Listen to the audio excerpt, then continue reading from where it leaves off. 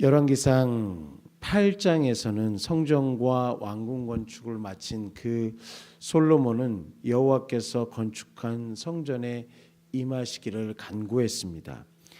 오늘 본문 열왕기상 9장에서는 하나님께서 솔로몬이 기도한 것에 대해서 응답하심을 보여주십니다. 3절 말씀 함께 보시겠습니다. 여호와께서 그에게 이르시되 내 기도와 내가 내 앞에서 간구한 바를 내가 들었은즉 나는 내가 건축한 이 성전을 거룩하게 구별하여 내 이름을 영원히 그곳에 두며 내 눈길과 내 마음이 항상 거기에 있으리니. 아멘. 하나님께서 솔로몬이 건축한 성전에 머무시겠다라고 말씀하셨습니다. 그리고 다시 한번 다윗과 맺은 언약 그리고 솔로몬과 그 언약을 언급하십니다. 4절과 5절 말씀 함께 보시겠습니다. 내가 만일 내 아버지 다윗이 행함과 같이 마음을 온전히 하고 바르게 하여 내 앞에서 행하여 내가 내게 명령한 대로 온갖 일에 순종하며 내 법도와 율례를 지키면 내가 내 아버지 다윗에게 말하기를 이스라엘의 왕 위에 오를 사람이 내게서 끊어지지 아니하리라 한대로 내 이스라엘의 왕위를 영원히 견고하게 하려니와. 말씀에 순종하면 복을 주시지만 말씀에 불순종하고 우상을 숭배하면 하나님께서 거하시겠다고 하신 이 성전도 버리시겠다라고 말씀하셨습니다. 8절과 9절 말씀 함께 보시겠습니다. 이 성전이 높을지라도 지나가는 자마다 놀라며 비웃어 이르되 여호와께서 무슨 까닭으로 이 땅과 이 성전에 이같이 행하셨는고 하면 대답하기를 그들이 그들의 조상들을 애굽 땅에서 인도하여 내신 그들의 하나님 여호와를 버리고 다른 신을 따라가서 그를 경배하여 섬김으로 여호와께서 이 모든 재앙을 그들에게 내리심이라 하리라 하셨더라. 아멘. 하나님께서 버리신 성전은 사람들의 비웃음거리가 되어 버린다는 것입니다. 교회가 거룩한 하나님의 임재의 장소가 되려면 성도가 하나님의 말씀에 순종하는 삶을 살아야 하는 것입니다. 그렇게 성도와 교회가 세상의 빛과 소금이 되어야 한다는 것입니다. 10절부터 14절까지는 솔로몬이 건축에 도움을 준 두로왕 히람에게 성읍들을 주지만 히람이 그 성읍들을 마음에 들어하지 않습니다. 15절부터는 솔로몬이 가나안 지역의 성읍들을 건축하고 확장해가는 모습을 볼 수 있습니다. 그 확장에는 가나안 거민들을 노예로 사용했습니다. 20절과 21절 함께 보시겠습니다. 이스라엘 자손이 아닌 아모리 사람과 헷 사람과 브리스 사람과 히윗 사람과 여붓 사람 중 남아있는 모든 사람 곧 이스라엘 자손이 다 멸하지 못함으로 그 땅에 남아있는 그들의 자손들을 솔로몬이 노예로 역군을 삼아 오늘까지 이르렀으되. 여기에서 보면 평화의 시대였고 강력한 군대를 가진 시대였음에도 불구하고 하나님이 명령하셨던 그 멸하라고 하셨던 족속들을 멸하지 못합니다. 더 구체적으로 말하면 멸하지 않은 것입니다.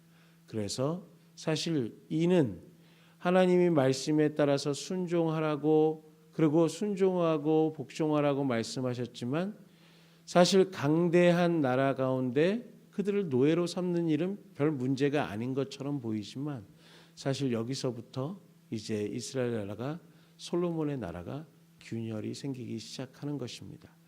하나님의 말씀에 불순종하는 그 모습들이 드러나고 이것이 결국은 11장에 가서 어떤 결과를 가져오는지에 대해서 나타날 것입니다. 말씀을 정리하겠습니다. 하나님은 솔로몬의 기도를 들으시고 축복을 약속하셨습니다. 그 하나님이 솔로몬의 기도대로 성전에 임하시고 거기에 내 마음을 영원토록 둘 것이다라고 말씀하십니다. 하지만 불순종하고 하나님의 말씀을 떠날 경우에는 내가 이 성전을 버리겠다라고 말씀하십니다. 뭔가 이렇게 맞지 않는 듯한 영원히 그 성전에 함께하게 하시겠다고 하시면서 그 성전을 또한 버리시겠다라고 말씀하시는 것이죠. 하나님의 목적이 나오는 것입니다. 사실 성전, 이 땅에 주어진 성전은 하나님께서 죄를 지은 인간과 소통하시기 위해서 지어진 것입니다. 원래 에덴에서는 하나님과 불통하는 것이 없었습니다. 성전에 구별이 없었습니다. 아담이 살던 곳이 성전이었고 하나님은 그 속에서 거니시면서 아담하고 소통하셨습니다. 그런데 죄가 들어온 이후에 하늘이 닫혀버립니다. 그리고 하나님과 소통하려면 하나님 편에서 우리와 만나 주셔야 우리는 소통할 수 있게 된 것입니다. 죄를 지은 인간에게 출애굽 광야에서 주신 건 성소였고 그 성소에서 하나님이 사람들과 교통하면서 하나님의 백성이 어떻게 살아가야 되는지를 보여주시고자 했던 것이 성소였습니다. 자, 솔로몬의 시대 때 성전이 지어졌고 그것 또한 목적은 바뀌지 않습니다. 그걸 통해서 하늘이 열려 있고 하나님과 소통할 수 있는 이스라엘 백성들에게 그 특권을 주신 것이죠. 그런데 그 성전이 유지되는 하나님이 원하셨던 성전이 있습니다. 바로 우리의 마음의 성전인 것입니다. 우리의 마음으로, 그 이스라엘 백성들의 마음으로 하나님 앞에 순종하는 그 모습, 그러할 때 우리의 마음 가운데 하나님은 영원토록 임재하시고 그 속에서 소통하시면서 하나님의 임재를 끊임없이, 하나님이 우리와 함께 하신다는 사실을 끊임없이 느낄 수 있게 해주신다고 약속하시는 장면입니다.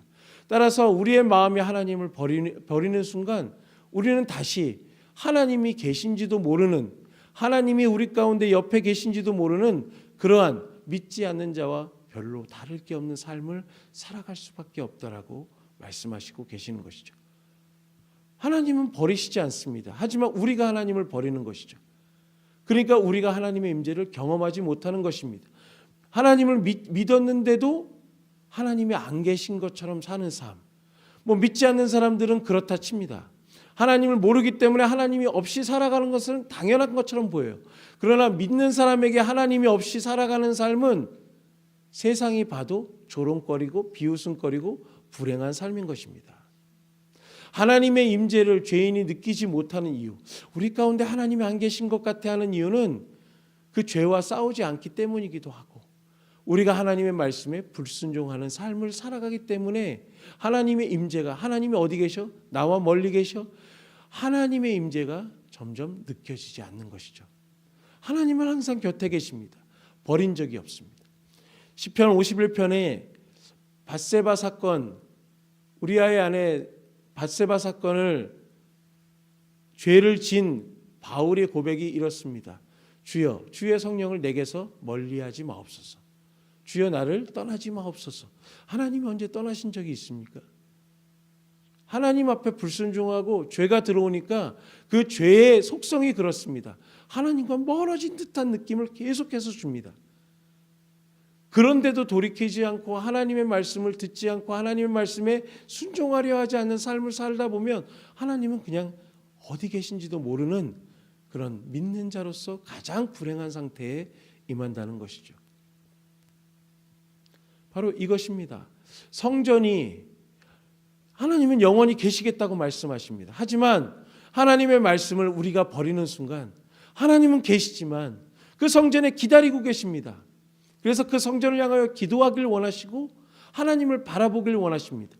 그런데도 바라보지 않고 있다면 영원히 하나님의 임재는 멀리 느껴지고 하나님은 나중에는 하나님이 과연 계시기나 한 것인가 하는 믿는 자의 입에서 그런 것까지 나오게 되는 것이죠.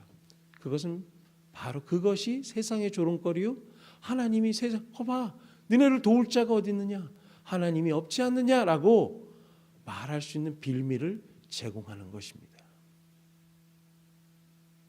바로 하나님은 여기에 계시고 싶어 하시는 거예요. 그 성전을 바라보는 순간 하나님과 소통하고 싶어하는 마음을 드러내는 거거든요. 멀리 떨어져 있어도, 포로로 끌려가서도 하나님의 성전을 위하여 기도하는 것, 성전이 우상이 되는 게 아니라 하나님이 우리와 함께 하셨던 하나님을 다시 알고 싶어서 간절한 마음으로 그렇게 찾는 자의 마음에, 다시 불순종한 모습에서 돌이키고자 하는 마음에 하나님이 같이 해주시고 그들을 건져내시겠다라고 약속하신 것이 바로 다윗의 언약이고 이 솔로몬이 성전을 두고 기도한 것에 대한 하나님의 응답이었던 것이죠. 오늘 우리가 어떠한 삶으로 살아야 될까? 내가 과연 오늘 내가 하나님과 가까이 있는 듯한 느낌이 드십니까? 하나님의 임재가, 하나님은 나와 함께 계셔. 이 고백을 오늘도 하고 계십니까? 그 고백이 멀어지고 있다면 먼저 돌아봐야 될 것은 나의 모습인 것입니다. 하나님이 나쁘셔서가 아니라 바로 하나님은 소통하고 싶으신데 내가 그것을 막고 있는 건 아닌지 돌아보시면서 우리 마음속에 하나님의 성전이 임할 수 있도록, 하나님이 우리와 소통하시는 관계가 다시 회복될 수 있도록 간절히 소망하시면서 그렇게 주님을 바라보시는 저와 성도님들 되시기를 간절히 소망합니다. 말씀을 기억하시면서 함께 기도하시겠습니다.